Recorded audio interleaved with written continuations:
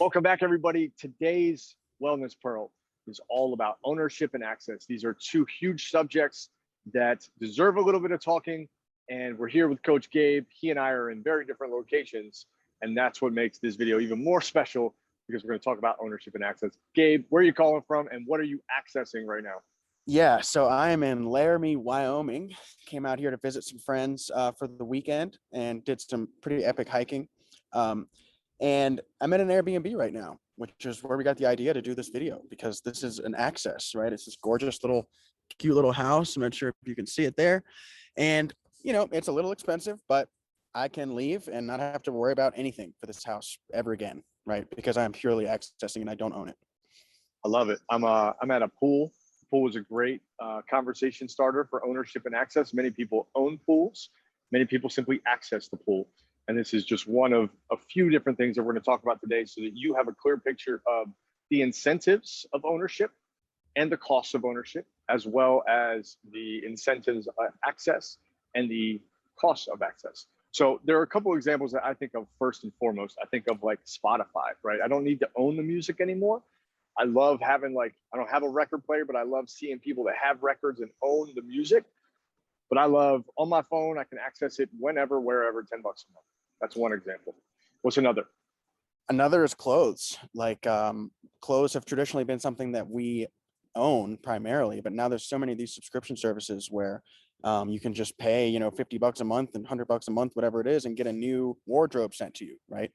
You don't own any of the clothes, but you get to recycle different clothes and try out new outfits. Food is another great example, right? I mean, like how many subscription or I will say the means of production to food, right? How many subscription meal planning services are there now that just make it so much easier to access having home cooked meals versus, taking the more traditional route of going grocery shopping, having all the cooking equipment, right? Doing that stuff all yourself.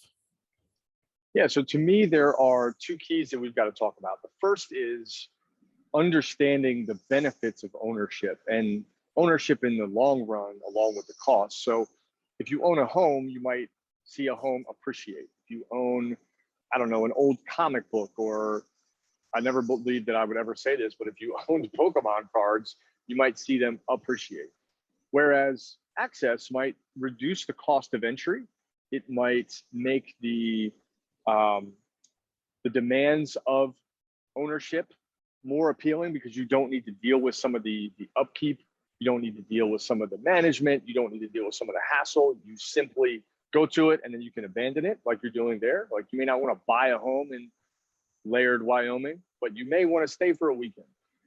And the other thing of ownership that I find fascinating is that often the old school methods of ownership are being challenged. And it's a good, I think, method to challenge any kind of ownership that we have. Ownership of cars are changing. We can simply Uber, or we can rent a car using Turo. You can also flip ownership around and look at, there are perks to ownership that this new access economy can provide.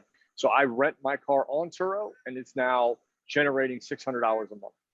So ownership in a lot of ways has changed and requires us to think about more than just the initial cost. We have the upkeep, we have maintenance, and we may have opportunities to leverage, to sell, to drive income. Yeah, I think that leverage piece is really important, right? When you're thinking about owning something, it's very different to own something like a house or a car for your own personal use, right? Versus owning something for the specific use of it being an asset to help you either generate income or build your net worth from that, right? So, you can buy a house and you might totally be the kind of person who doesn't buy a house to live in themselves because you don't want to deal with, the maintenance and things like that coming out of your own pocket, or you don't want to commit yourself really statically to a certain area, right? There's many benefits to access lifestyle, especially with things like cars and houses. But you may own 5 investment properties, right? You might own 5 Airbnbs that you use as assets to leverage and grow your finances with. It's really important to think about why. It really is. And the conversation of access to me is about somewhat non-committance to like, I don't really want to own all these records, and I don't want to own Yeah. a pool, right? I don't want to like have to swish out the bugs in the evening. I don't want to deal with that. But there are definitely assets that I want that allow me to either generate income or truly enjoy them at my leisure, right? I don't have to worry about any access restrictions. I can do whatever I want with them. And that is worthy of audit for all of us, especially as we go into summer, right? You hear this with boats. The first and last day are the best day of owning a boat, right? The day you buy it, the day you sell it. And that to me calls up the question, what else is better to access than it is to own? And what else is better to own than it is to access? And, Gabe, you bring up a really good point about leverage and knowing why you want something so that you can leverage it, generate income. I never thought that my car that's been paid off for about 3 years, would be generating $600 a month. Never expected that, because there are new access platforms that change that dynamic. And that's changing the way that we interact on the access side and the ownership side. Yeah, really, we talk about this all the time, but money and our lives, the relationship between our financial moves and our lifestyle is so complicated and nuanced, right? And, both in terms of an offensive strategy, how are we owning versus accessing to generate income and more financial wealth? And also from a defensive strategy, right? What are we owning versus accessing? You could totally say that somebody who owns a house and puts a lot of time, values time in their garden to grow their own food, right, is benefiting financially from not having to spend nearly as much money eating out, traveling, all this stuff, right? So much of this stuff really comes back to, why are you using it? How are you using it? Is it playing into your offensive strategy? Is it playing into your defensive strategy, right? Is it benefiting your lifestyle and or just your financial your financial gain, right? Yep. Yeah, and there's a deeply personal relationship in all of this. I will be the guy that has a lot of investment properties and still rents his place, because I want maintenance covered. Exactly. I don't want to worry about the roof. I want the freedom of mobility. That's just a lifestyle perk. And so we have complete autonomy and an ownership over our choices. And the ownership access conversation is one to come back to for each of us, so that we can reflect on our wants, our lifestyle, and our dreams, and act accordingly. So let's swing this home. 2 comments that I'll make. One, take a moment to look at what you're accessing versus what you own.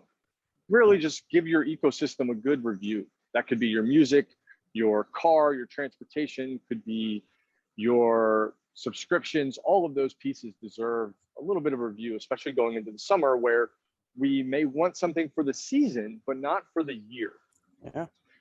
Second thing to do, if you are intrigued by the comment that Gabe meant about leveraging assets, I'll point you to something that we're launching soon called Reliable Real Estate Investing, where we're going to teach people how to take home ownership to a different level and instead buy the asset, to leverage the asset and drive income. It's all about real estate investing. And if you are interested in learning about that, how to take that premise and launch it into your life so that you are generating passive income from home ownership via having renters pay off your mortgage and generate cash flow, feel free to see one of the links below. There's a little bit of information. We've got a lot more wellness coming your way. I'm going to go jump in the pool because it's about 98 degrees and there's 466 cicadas out here.